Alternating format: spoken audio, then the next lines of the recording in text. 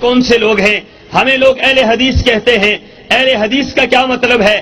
اہل حدیث کا مطلب یہ ہے یہ قرآن کو ماننے والے، یہ حدیث کو ماننے والے. قرآن بھی حدیث ہے، حدیث بھی حدیث ہے. قرآن کو ماننے والے اہل حدیث ہیں، حدیث کو ماننے والے اہل حدیث ہیں. قرآن اور حدیث دونوں کو ماننے والے یہ اہل حدیث ہیں. اب نتیجہ کیا نکلتا ہے؟ میں دو باتیں آپ کے سامنے نتیجے کے طور پر پیش کرنا چاہتا ہوں. پہلی بات یہ ہے، اہل حدیث کا نظریہ یہ ہے، اہل حدیث کا عقیدہ یہ ہے، اہل حدیث کی سوچ یہ ہے، اہل حدیث کی فکر یہ ہے، اہل حدیث کی دعوت یہ ہے، اہل حدیث کی پکار یہ ہے کہ لوگوں عبادت صرف اللہ کی کرنی ہے.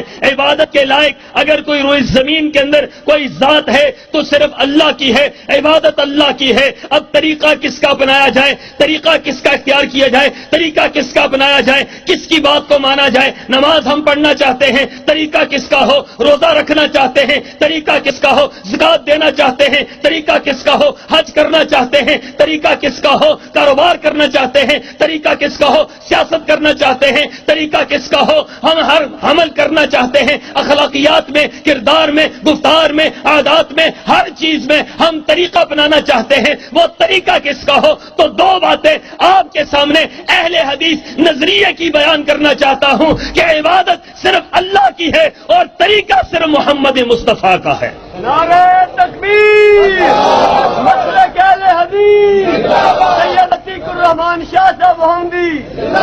عبادت کس کی ہے؟ صرف اللہ کی. اللہ کی نہیں، صرف اللہ کی. عبادت کس کی ہے؟ عبادت اللہ کی. اب عبادت کیا ہے؟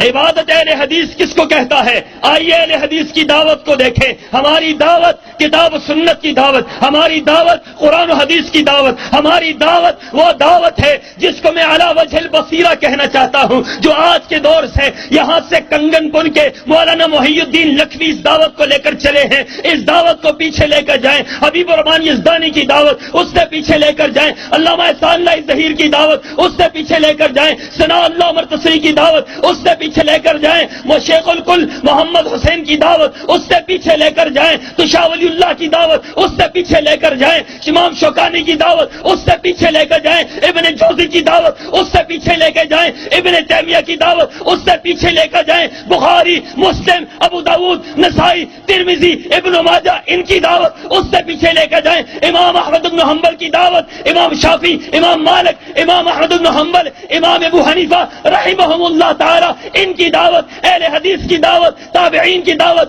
اہل حدیث کی دعوت، تبع تابعین کی دعوت، اہل حدیث کی دعوت، صحابہ کی دعوت، اہل حدیث کی دعوت، محمد رسول اللہ کی دعوت. اہل حدیث کی دعوت وہ دعوت ہے جس کو اللہ نے آسمانوں سے اتارا ہے، جبرائیل لے کر آئے ہیں اور محمد رسول اللہ نے صحابہ کے سامنے پیش کر دی ہے.